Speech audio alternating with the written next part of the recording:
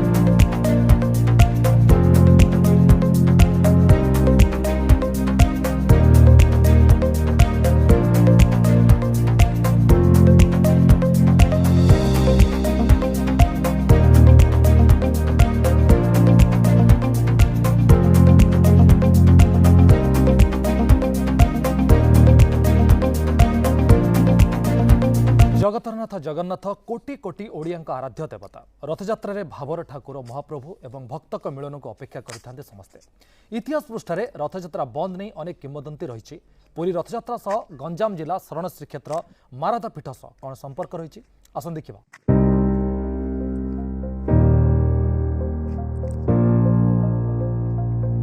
जगन्नाथ रथयात्रा कथा जेतेबेले आसे एवं चर्चा हुए सेतेबेले गंजाम जिलार शरण श्रीक्षेत्र मारदा पीठ समस्त नजर को आसे कहीं जितेबाला कला पहाड़ आक्रमण करने को आसते सेतेबेल जगन्नाथ को आनी यही मारदा पीठ रे रखा जाइथिबा किंवदंती जना पड़छि।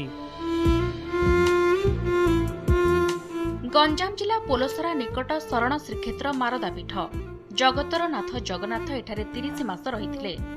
गजपति महाराजा द्वितीय रामचंद्र राजूती समय कलापहाड़ जगन्नाथ उपर आक्रमण करने को चेष्टा करथिले। जगन्नाथ महाराजा को स्वप्नादेश हेले पुरी श्रीमंदिर तुरंत गंजाम जिला मारदा पीठ को स्थानांतरित करने को।